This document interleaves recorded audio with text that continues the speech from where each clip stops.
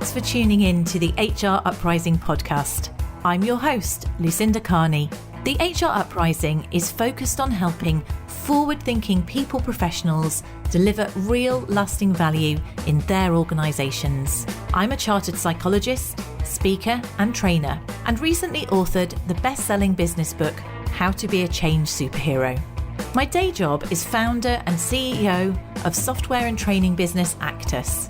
This gives me the opportunity to work with other businesses like yours. We are focused on building a better workplace for people wherever they are located, with the help of our performance, learning and talent management software and our training and consultancy services. Every week on the podcast, I will be covering different topics and challenges, joined by relevant experts and real-life people professionals. Thank you so much for tuning in. I really hope you enjoy and get value from this week's episode.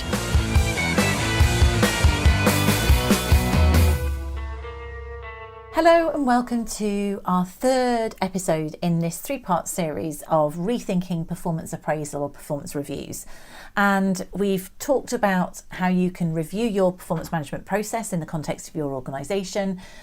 We've also talked about what really works in terms of performance management, the evidence in that area. And as I said last week, all of this points towards an approach that's much more goal and feedback focused, with a continuous flow of conversation throughout the year as opposed to a purely annual focus.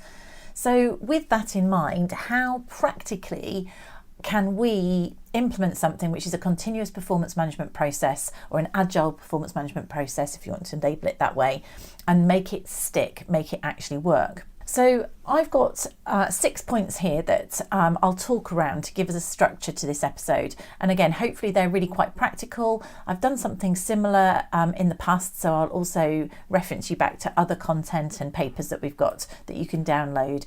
As ever, just go to the HR Uprising episode page if you want to download any of the things I'm referring to, or Actus. There's downloads and white papers there that are related to this. So the 6 things that I'm going to talk around in this episode are, first of all, the importance of the overall strategy and purpose. And this is because really what we're talking about here is a culture change, a change initiative. And in order to do that, we need to think about why we're doing it. So we need to link to our strategy and purpose. I talked about that a little bit in the first episode. We also need to think about the what's in it for me. And this is, again, something that I've referred to before, but the subtle difference here is us thinking about how we're going to communicate it.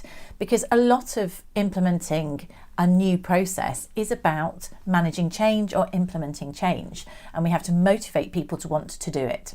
So defining the link to the goals, the strategy, the what's in it for me, then you need to be really clear about what's expected. There's no point leaving it open. I've alluded to this over and over, really. You leave it open, nothing happens. So we need to be clear about the expectations, but we want to make sure they're realistic. Then we need to make sure that it's not just top down. This is something we haven't talked about in detail in the previous episodes. For me, it's one of the key differences. We need to make this a two-way process so that both managers and individuals have a vested interest in making it work. Then I would recommend you want to align support and training with any new skills that are in place, because that will help teach people not just what to do, but how to do it well. And the better it's done, the better the process will be reinforced. People get the benefit out of it and they see the value. And then finally, make sure that you take it to the next stage in terms of delivering the consequences, fitting this within your overall organisational development strategy, whether it's talent, retention, development, making sure that it isn't a standalone performance management process in its own right. It links back to this purpose. The outcomes that you defined in the first place actually are delivered. So it needs to flow through and probably be something iterative that you can build on year. So taking each one in turn, the first point I'm talking about here, strategy and purpose. I've talked about this being an element of culture change. In episode 1 of this series, I talked about making sure you understand what the real purpose of performance management is in your organisation. So it may be about retention. It's really thinking what people, problems, challenges or opportunities do you have in your organisation that a specifically well-managed performance management process could support. Or currently the way it's working is maybe it's negatively adding to it. So if you are having problems with people leaving, think about how your performance management process could be engaging people so that they feel they want to stay and they feel valued. If it's something, and of course you need to understand why they're leaving in terms of that. Are they leaving because they don't subscribe to the overall company vision, in which case maybe they need to have goals that are aligned with the vision and that's better communicated? Are they leaving because their managers do a bad job with the appraisal, or their managers don't talk to them at all, in which case we need to talk to and educate our managers as to how to do it. But fundamentally thinking about how does this fit into the overall strategy, because you need to communicate that. This is the why that we're going to communicate to people as why they need to behave differently. So, if your line managers aren't motivated to have quality conversations, they don't then, if they are feeling the pain of people leaving, then that will help them realise why they need to do it. So it's making it very clear to those people who need to change their behaviour, typically the line managers, why they need to behave differently to motivate that change, because it may be a little bit painful for them. And so with motivating that change in terms of thinking, all right, so it's not going to be a once a year process. Actually, we want you to talk to your people monthly or quarterly. And the reason we want you to do that is that evidence clearly shows that people who've got clear goals and regular feedback, and that is, let's say, monthly or quarterly, are much more engaged, they're much more productive, and they're less likely to leave the business. And we all know how difficult it is to recruit talent. We know how difficult it is for us to operate when we are operating at 70% of people, when we've got 30% vacancy rate. So this is why it's so important that we have a really effective, valuable performance management process that everyone sees the point of.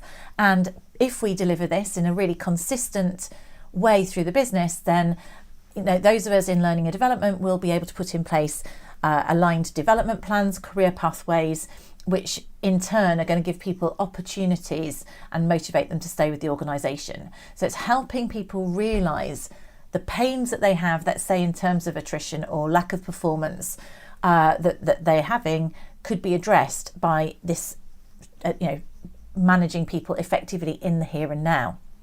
Now, some of that is linking into the what's in it for me, because as a line manager, if my people don't keep leaving and they're performing at an optimum level, because actually managing underperformance is extremely painful and time consuming, then it's worth me investing my time now. It's that kind of thing of, a stitch in time. If I'm managing people regularly, I'm less likely to have problems longer term.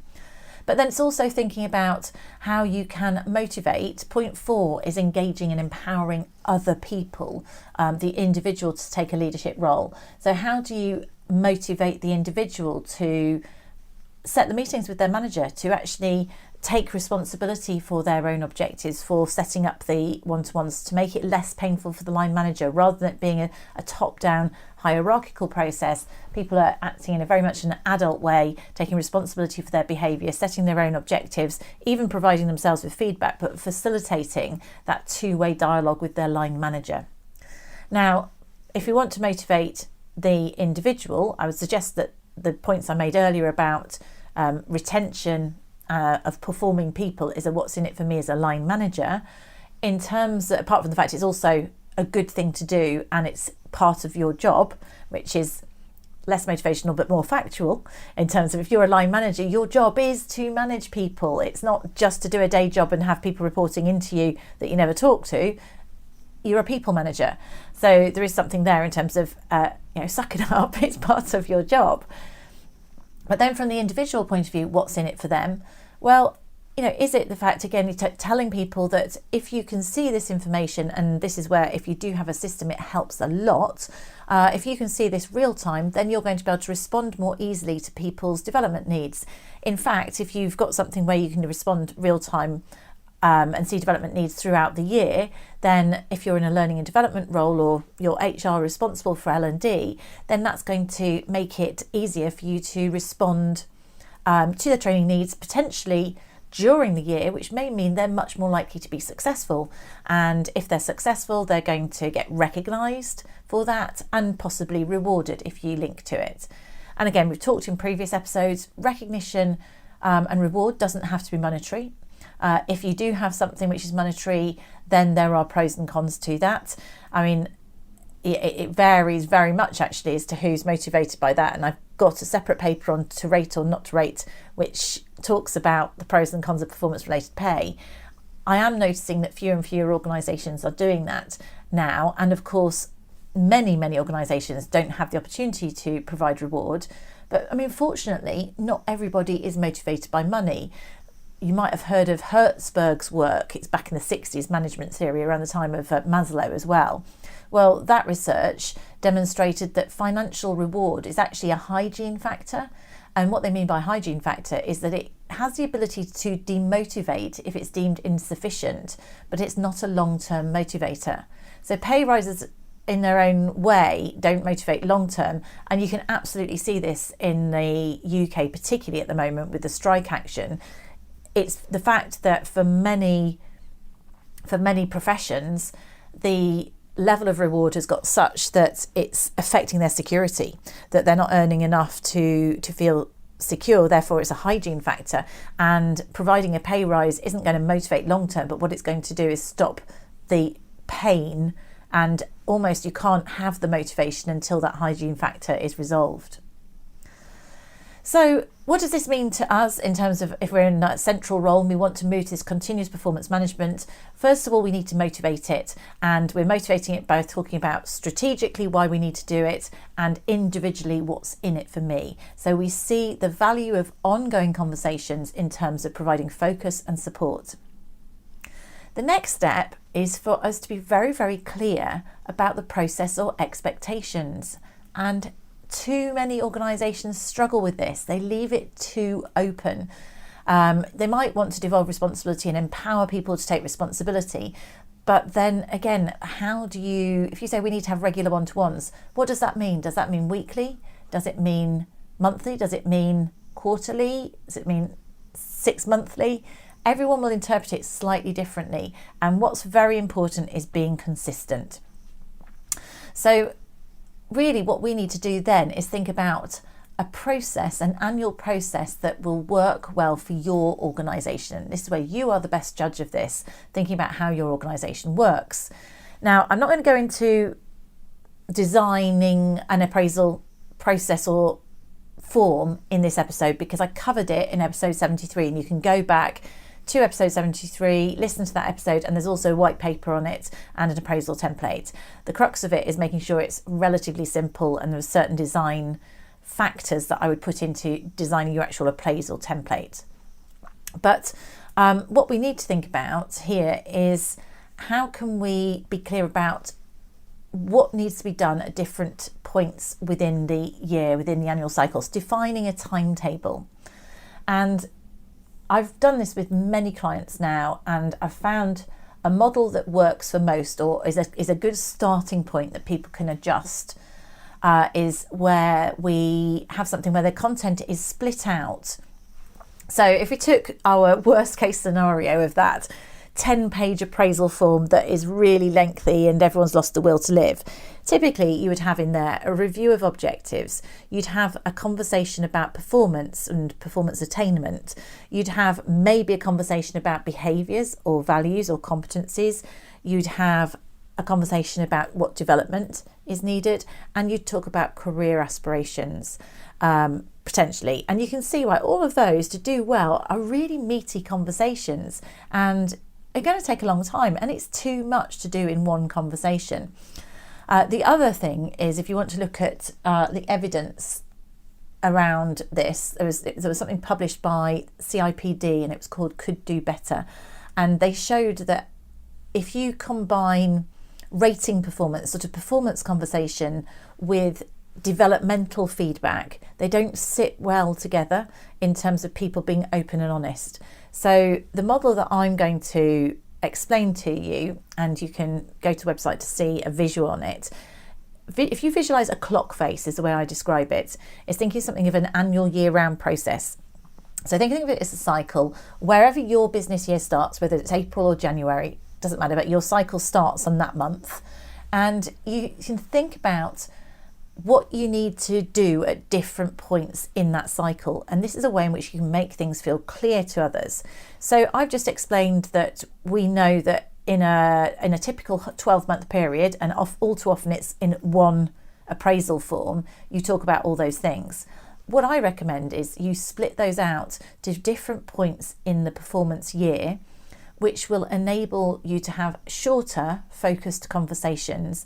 And that also means we can have that regular feedback. So it creates the opportunity for the regular feedback.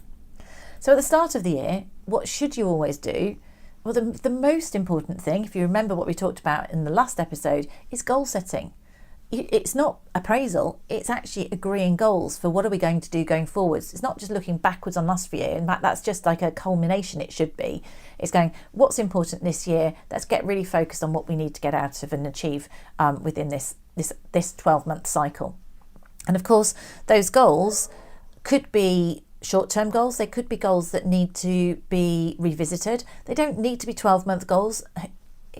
Just because we have 12 months in a year, whoever said that an objective ever magically lasted 12 months, right?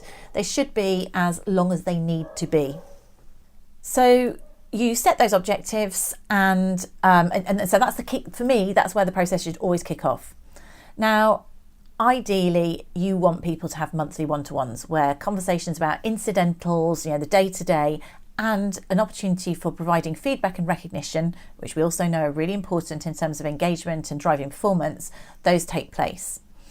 I think then that in many organisations, or most organisations, you could then have quarterly checkpoints, and it lends itself naturally to that. So what's the most logical topic for the first quarterly touch point? Well, my background, as you probably know, is learning and development. I used to think it was ridiculous that I would get learning and development needs basically month 12. Well, actually, I'd get it a couple of months after month 12, because it's almost like shutting the stable door after the horse has bolted. What's the purpose? The purpose of development should be for us to achieve our goals and maybe develop against our career aspirations. So logically, to me, we could have a development conversation at the end of quarter one, which means that if we are in a position to be able to support that development need during the course of the business year, it gives the person a fighting chance of actually increasing their performance during the year. So talking about development there, that gives a focus point for your first quarterly check-in. Then at the 6-month point, it depends on your organisation. You could have another check-in, or you could do a mid-year appraisal. I recommend a mid-year appraisal if you are doing performance-related pay, and the reason I think that that's important is that you should give somebody an indication of whether they are on track or not at that mid-year point. You don't want surprises at year-end. It gives them 6 months to pull up their socks. If you are not doing something like that, then you might want to talk about things like behaviours or values at that 6-month point, because then it leaves the end of year to be focused purely on performance against objectives, or any of the above, but basically you theme it.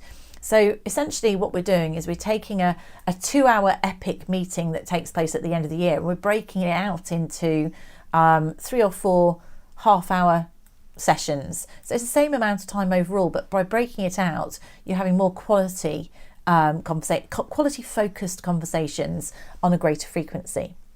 So you theme the mid-year wherever you think it is. Again, you're having ongoing tactical one-to-ones, ideally monthly. And then the 3rd quarter, I recommend that's the one to talk about career aspirations. And I think it's quite a good time to do it, because this is when you can see the people who are having a great year, because it's, they're already on track, or maybe they've already achieved their main goals, and actually they might be starting to be a bit itchy feet. So this is a great opportunity to think about where they want to go, gather that information to maybe get them focused, or think about how you can satisfy their career aspirations in the following financial year, and keep them motivated. And again, it just makes it a much shorter, engaging career conversation. And then finally, at the 12-month point, you close down, you do your typical appraisal, you close down the objectives that have taken place over the course of the year, you appraise the year, summarise it all, keep it high level. And if you've been talking all year round, if you've had those other touch points, then it's a bit of a doddle, really.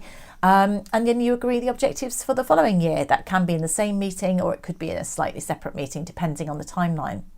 So it's kind of common sense if you think about it. It just makes sense. But so many organisations have found that that's a really palatable and manageable way of doing it. And it's quite nice because it gives different focus to each meeting rather than people having the same repetitive meeting time and time again, which doesn't work so well. And so you've got consistency because people are talking about the same things at the same time of year. And it all culminates in a nice way of making it easier for getting that whole process going. But also, if you're in the centre, you're getting data at useful times. Now, of course, that model doesn't work for everybody. One variation on that I've found works really well in universities and higher education is that they tend to have trimesters. So they operate on a sort of 3 touch points. If you think of schools would be similar. Certainly in the UK, generally, we sort of break, you've got Christmas, Easter and summer. So you've got those blocks. So where I've worked with universities, then they've done a similar approach, but they have just had 3 touch points. So the first one would again obviously be setting objectives. They then talk about development needs and career aspirations in that middle point, that second one. So that's where they get in and have that conversation. And then the final one is really all about the end of year review and looking forwards. So they sort of just concertina it slightly, but they group the development and the career aspirations conversation together rather than splitting it out like I have in the 4 point model. Doesn't matter really which way. The most important thing is you define a timetable, define a way, give people clarity about what needs to happen when. And when you give them clarity, it's much, much easier for you then to follow up and make sure that there are consequences if people are not doing it, and to empower people to deliver against it. So that links on to my 4, 5 and 6 points, which is empowerment, training and consequences. For me, empowerment, this is about communicating, and I did allude to it earlier in the what's in it for me, which is making sure that you're clear about what the manager's role in this and the individual's role in this. So you make it very clear to everybody that the expectation on the entire organisation is for a development review to take place between month X and month Y and to be completed by a specific deadline. So, make it smart. Make sure there are specifics and there are timelines. If you do that, it's much, much more likely to take place. Everyone knows it's expected. It also means that you can follow up and chase people legitimately if they haven't done it without being brushed off because you've been clear about the expectation. This actually links to things like underperformance. If you think about the main cause of underperformance, of lack of performance, it is lack of clarity. So if you want your organisation to deliver this change, to do it clearly, then you need to define it clearly for them. So therefore we need to tell both the managers top down, but also for me, tell the individual, because lots of us have managers who have huge teams. And if the individual, who after all, it's their career, it's their performance, if you can get them to take ownership for it and really communicate that this is your performance, your career conversation, you prepare it, you choose, you're entitled to having a quarterly formal sit down with your manager and a monthly one-to-one, but it's your responsibility to diarise it at a time to suit both of you. You could say that it's your responsibility as the individual to make the notes, to update it and to come along to your one-to-one where you know what you want to discuss, and it's your manager's responsibility to coach and support you. So what we're saying here, and you can go further with this, is defining what the roles are for both the individual and the line manager. So there is an expectation as a line manager that they will make themselves available for all these aspects of these meetings and this continuous process, however you define it, but you can put the onus on the individual to drive it. Because then, if they moan that they haven't had it, it's kind of, well, why didn't you make it happen? And let's face it, we want people, we're employing adults here. So we want people who have enough about them to say, well, this is what I want to achieve, this is what I think is important in my job role, and this is how I think I'm performing.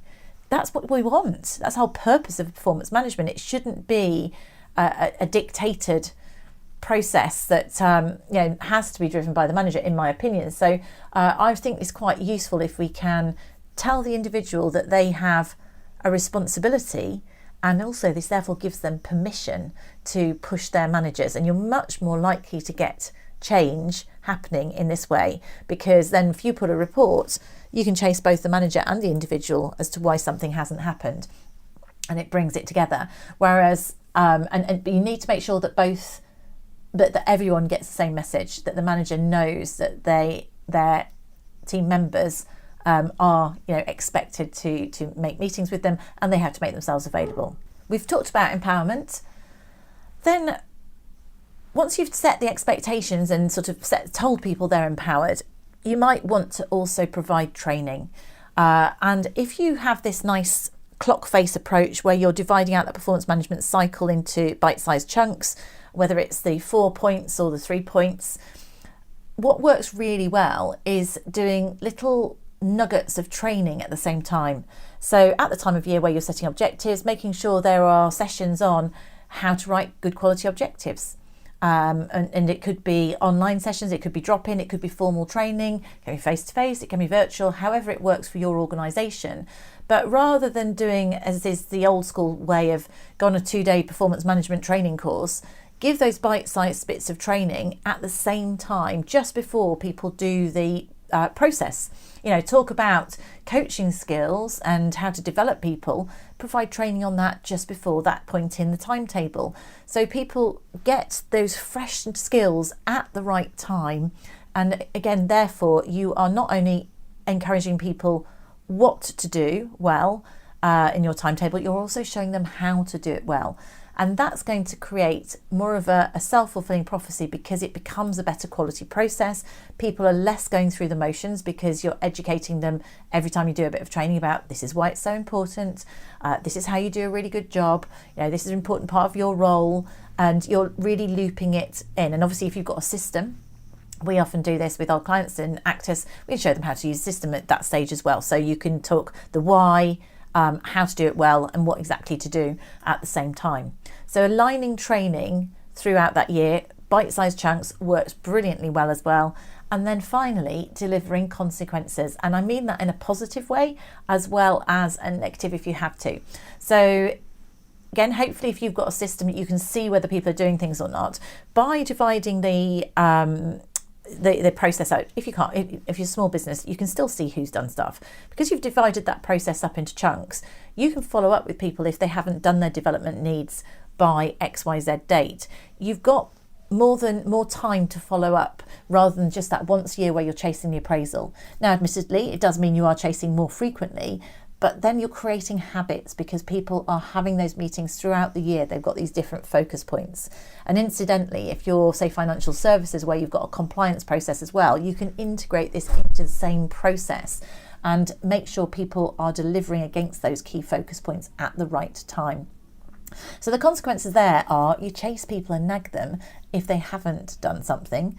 And you also have nice consequences for those who are doing a great job. So you recognise those who've completed things. You provide the training access to people who've requested it in a really timely fashion. If they've requested a certain career pathway or something like that, then people are included in succession planning, or they might get access to career educational conversations or even new roles or opportunities. So helping them see that by modelling these behaviours in a timely fashion, it's enabling you as an HR, OD or L&D professional to respond back and provide positive consequences for them that will help their careers or their development in some way. So it's making sure that all of this ties together into that strategy, and we don't just get people to do it for the sake of it. Actually, they do this and it results in something of consequence, hopefully a positive consequence. So those are my 6 points that I say in terms of trying to turn something like this into a reality. We talked about making sure people understand the strategy and purpose, they know what's in it for them, being very clear about the frequency or expectations, so defining your own timetable and communicating it really clearly, and that needs to have, I'd say, at least 3 touch points throughout the year. Otherwise, it's basically just an appraisal process with a once or twice a year. You need to clarify what that that is, and my suggestion is you break out the content so that we're not talking about everything all the time. You break it out, which means in theory it's shorter conversations, so you're not asking as much of the managers. You're not asking them to, multiply their workload. Actually, in principle, it's slightly reducing it. Maybe hard sell, but possibly. You empower the individual to take ownership, so communicate to both manager and employee what's expected and hold them both accountable. That can save the manager time because it gets the individual to do more of the work and to expect it, rather than the manager having to do all of the writing up and all of the labour intensive aspects to it. Think about aligning training, because that will improve the quality of what you're doing, and align it into bite-sized chunks so that people have the training just before them filling out that part of the process, which of course means they more likely to remember what they've learned. It's more relevant than teaching you something 12 months before you're going to complete it. And make sure this all ties into those actual consequences, whether it's following people up and nagging. If you've told them to do something by a deadline, don't let them get away with not meeting that deadline. Or it's about offering positive consequences for people for completing things within their deadline. So that concludes our 3-part series. That was about how you can implement continuous performance management. I hope it's useful to you.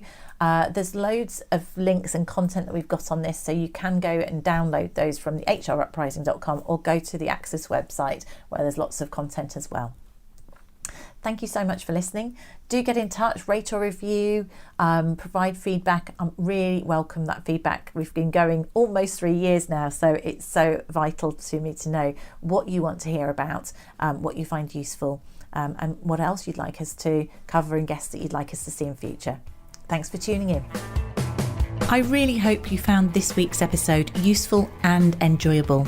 If you did, perhaps you could recommend us to a friend or colleague, or give us a review on your platform of choice. It really helps new listeners to find us. Now, you can access links to any of the information mentioned in this show via the website www.hruprising.com. Further free resources are also available at www.actus.co.uk. There you can also find out more about our software and training solutions. Finally, why not join our LinkedIn group, the HR Uprising, to share ideas and collaborate with other like-minded people professionals.